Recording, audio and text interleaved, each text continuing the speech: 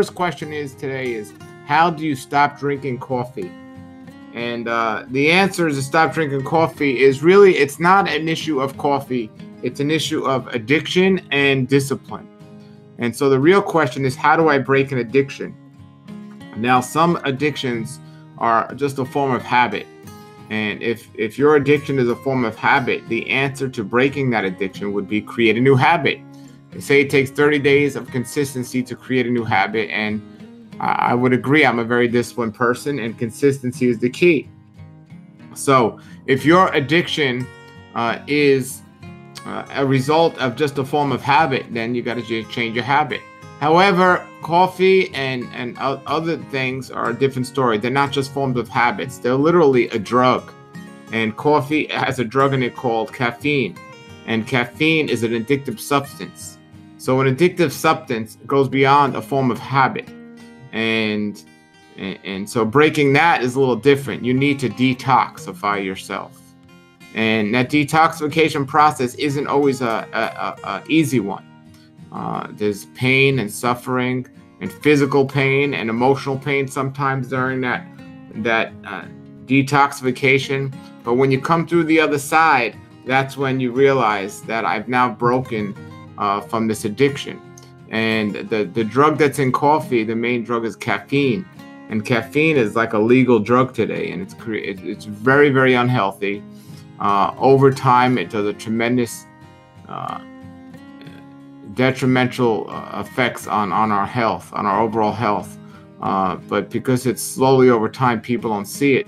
It's like if somebody takes a dropper and puts a little tiny bit of arsenic or poison on a dropper and puts it on our tongue. If you drink a whole bottle, you're going to die.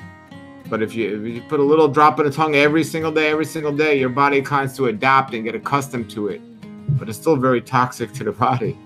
And that's what happens with caffeine. And people aren't taking a little drop of caffeine. They're doing way too much and way too often. And it creates a tremendous amount of issues with the hormones, adrenal fatigue, and it just, on so many levels, I'm going to make a video soon, because on so many levels it runs and it creates a big issue with our health, with our overall health.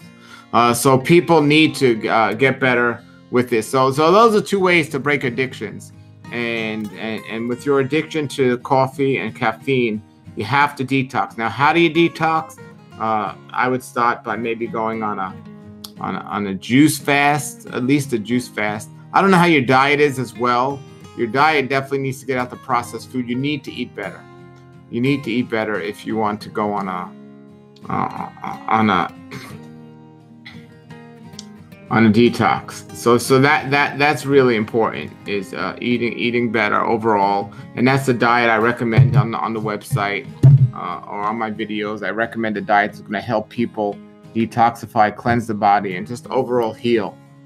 And so get on a better diet. I don't know what your diet is like, so I can't really say more about that. But that's where detoxing starts. It starts with diet.